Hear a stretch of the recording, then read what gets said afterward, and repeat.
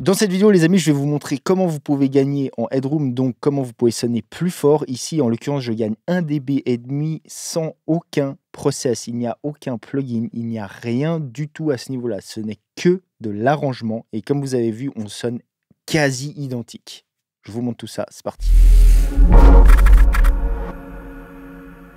Pour ceux qui souhaiteraient avoir des vrais tips quotidiens ou dans des choses où je vais en profondeur, où je peux vraiment amener une vraie valeur hors les codes de YouTube quotidiennement, vous pouvez vous inscrire à ma mailing list, vous recevrez un mail quasi quotidien. Et en plus de ça, en bonus, vous avez 300 presets sérum 100% gratuits ainsi qu'une formation gratuite. Donc si ça vous intéresse, je vous mets tous les liens dans la description. Ok les amis, donc regardez un petit peu. Ça, c'était le premier exemple. Donc ça pique 1 dB 5 plus haut. Ça bouffe 1 dB de headroom en plus. Et ça, c'est le deuxième exemple. D'accord? Donc, c'est les mêmes samples, c'est tout pareil. Et c'est juste arrangé légèrement différent. Donc, quelle est la différence? Et vous avez vu qu'en termes de son, on est quasi identique. Hein. Donc, c'est bien ça qu'il faut comprendre. Maintenant, attention, petit disclaimer, les gens, s'il vous plaît. Ce que je vous montre ici, c'est une technique. Vous pouvez trouver plein de prods où c'est à fond appliqué, c'est-à-dire où ils jouent à fond sur ce phénomène-là pour, entre guillemets, optimiser le loudness un maximum. Mais maintenant, ce qu'il faut comprendre, c'est que ça peut jouer sur les décisions artistiques. C'est-à-dire que c'est des choix aussi artistiques de faire ça, ce que je vais vous montrer, à différents niveaux, plus ou moins. Mais néanmoins, les techniques, ce que vous allez comprendre après avoir regardé cette vidéo, ça va vraiment vous être utile, je pense, de toute façon, que vous vouliez être super loud ou pas.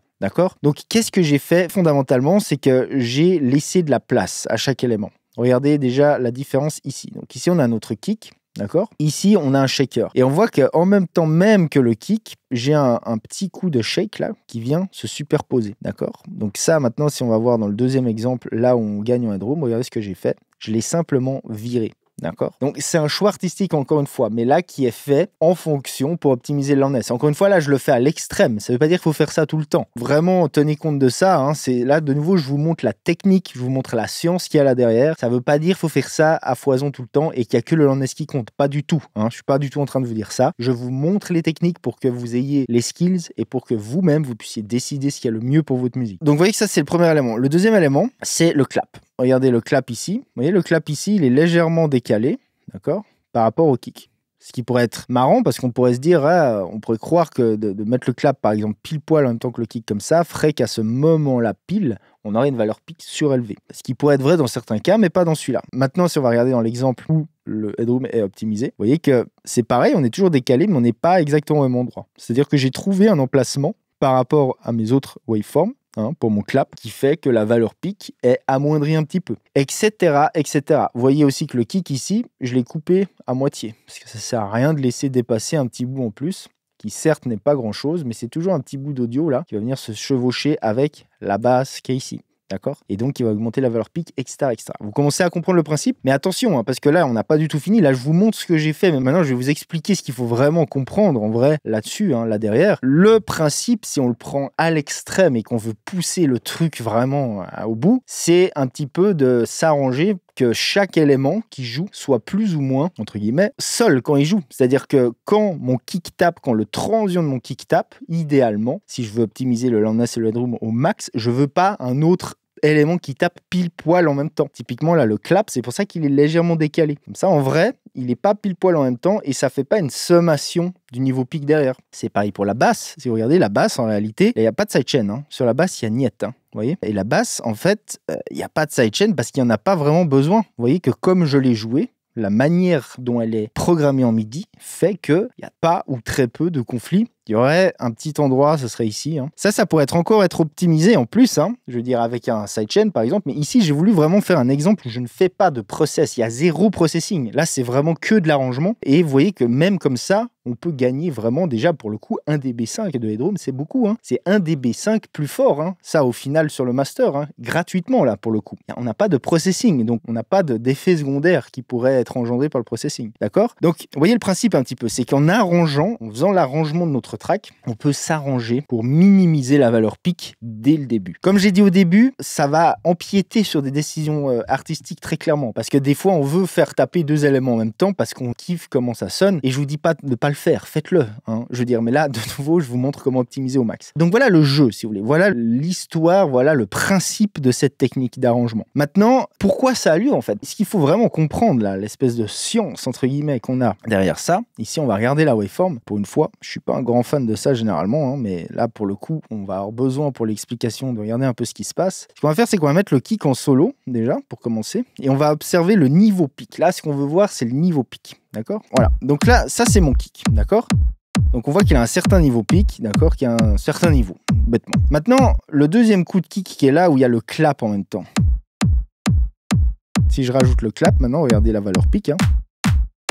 Bien évidemment, elle augmente. Mais ça, on peut rien y faire. Ça, c'est de la physique. Ce qu'il faut comprendre, tout ce qu'on fait dans une prod, dans un mixage, au final, si on schématise le truc, ça finit sur un fichier audio, quoi. Hein, c'est 2 canaux, gauche-droite, mais tout ce qu'on va faire n'est que sommation, n'est que addition, si vous voulez, de tout ce qu'on a comme piste, hein, à un instant T. Donc en fait, si on prend, admettons, ce petit bout-là, d'accord, qui est en pression ici, à un certain niveau, hein, qui a une certaine amplitude, et que, admettons ici, on a notre clap, d'accord, qui lui aussi ici a une pression. Si maintenant on vient ici, qu'on met ça pile poil en phase, ce tout petit bout-là par exemple, bah, ce qui va se passer, bien évidemment, c'est que là, à cet instant T, à cet instant-là que j'ai sélectionné, la valeur pic, hein, de ce petit bout d'audio va fortement augmenter. Parce qu'en réalité, ce qu'on fait ici, c'est qu'on additionne chaque sample, on additionne chaque phase, entre guillemets, hein, si je puis dire, de chaque fichier audio. Et donc, comme je viens de vous le dire, ce qu'il faut vraiment comprendre, c'est qu'au final, votre master, ce qu'on écoute, n'est que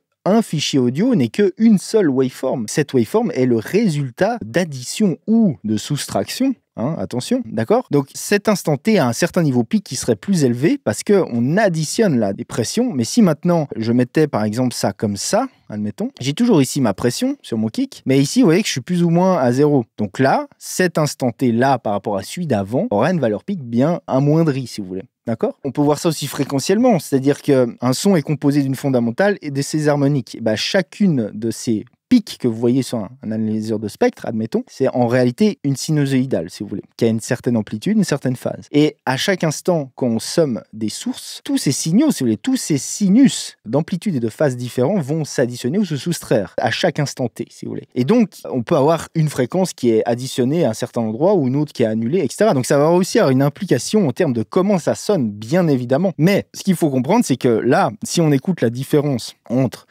ce passage-là, attendez, je vais juste remettre le clap comment il était au début. Si à nouveau on écoute la différence entre ça, que ce kick clap et celui-là, qui n'est pas exactement placé pareil, hein. Est-ce que vous entendez une différence? Certes, c'est pas exactement la même chose, on est bien d'accord, parce que le clap, dans le deuxième exemple, n'est pas placé au même endroit. Ça, c'est sûr et certain, il n'y a absolument rien à dire là-dessus. Mais est-ce que fondamentalement, ça change quelque chose qu'on écoute, si on écoute juste de la musique? Pas sûr, d'accord? Et donc c'est là où je vous dis que ce genre de choix a bien évidemment un impact sur les décisions artistiques, parce que ça change quand même un petit peu le son. Mais le fait de comprendre ça, vous avez vu qu'on peut quand même optimiser de ouf notre headroom. Donc voilà le principe, hein. C'est pas très compliqué. Tout ce qu'on fait n'est que sommation de phases ou annulation ou entre deux. D'accord? Et tout ce qu'on va faire, c'est additionner différentes waveforms ensemble, qui vont avoir différentes pressions, dépressions, différents niveaux et phases, etc. Et que tout ça va avoir un résultat. Mais qu'au final, tout ce qu'on fait, c'est le résultat, c'est une seule waveform, qui est donc le résultat de toutes ces additions. D'accord? Le trick, c'est simplement, à l'extrême, comme je l'ai dit avant, c'est de minimiser, si vous voulez, un maximum les superpositions de waveform. Pourquoi? Parce que tout simplement, le plus vous minimisez ça, le moins vous aurez de valeur pic élevée. D'accord? Et bien entendu, ça c'est que en faisant de l'arrangement, entre guillemets. Hein. Mais après, on peut encore traiter les sources individuelles. Si par exemple mon clap ici, je le clippais un petit peu, je lui faisais gagner encore 2 dB, admettons, en clippant ça, et bah c'est 2 dB de moins qui viennent s'additionner sur mon autre waveform quand mon clap tape, et donc 2 dB de moins qui viennent encore sur le master, etc. Mais là, je voulais pas rentrer dans du process, je voulais juste vous montrer que comme ça, avec des choses très simples, juste en sachant ce qu'on fait, on peut déjà vachement optimiser le truc. Et bien sûr, ici, c'est un exemple qui est simple, c'est-à-dire c'est juste en fait une drum loop, si vous voulez, avec une basse, mais dans une prod, ce phénomène-là aura lieu avec tout. C'est-à-dire que la manière dont vous choisissez de faire jouer vos instruments, si par exemple vous avez encore là-dessus, on voulait rajouter un synthé, hein, et qu'on voulait être dans cet esprit de minimiser un max les waveforms, eh ben, on pourrait faire jouer notre synthé un petit peu dans des gaps, hein, où il y aurait moins de choses. C'est-à-dire qu'on éviterait peut-être de faire jouer notre synthé là, pile poil sur ce gros transient, et pile poil sur ce gros transient. Parce que ça, c'est un peu les deux gros transients, si vous voulez, de notre master. Hein. Si on regarde notre waveform, si on dézoome et qu'on écoute tout, vous voyez qu'on a deux gros transients, c'est quand même, dans les grandes lignes, hein, c'est kick et clap, quoi. D'accord? Enfin, kick, hat et kick, clap. C'est qu'en gros, toutes les croches, on a un gros événement de transient. Donc, sachant cela, on pourrait faire jouer notre synthé plutôt dans les trous, entre guillemets. Et encore une fois, bien entendu, ça rentre dans l'intégrité artistique. C'est-à-dire que là, après, c'est un choix. Hein. Voilà. Si pour X ou Y raison, on veut faire taper un coup de synthé ici, pile poil en même temps que le hat, faites-le. Mais à nouveau, il y aura des petites techniques. C'est-à-dire que si là, on voulait faire taper un coup de synthé, admettons, là, je pense bout de fichier MIDI pour montrer ça, eh ben, le fait de le faire pile poil en même temps ici, ça va augmenter un peu la valeur pic suivant la nature du synthé, bien évidemment. Si c'est un synthé un peu percussif, admettons. Alors que si, admettons, on le mettait légèrement en retard, si on le met légèrement en retard, pas trop, on va pas forcément le sentir, le retard, mais ça va libérer, en fait, c'est tout cet endroit-là, où le pic à peu près du hat est le plus fort, la sommation globale de cet endroit-là sera un petit peu moins élevée au final, si vous voulez, sur votre master. Vous voyez ce que je veux dire? Donc voilà, les amis, c'était une petite vidéo juste simple pour vous expliquer ça, mais c'est super important à bien comprendre, parce que, en fait, tout ce que vous faites comme ça a de la répercussion.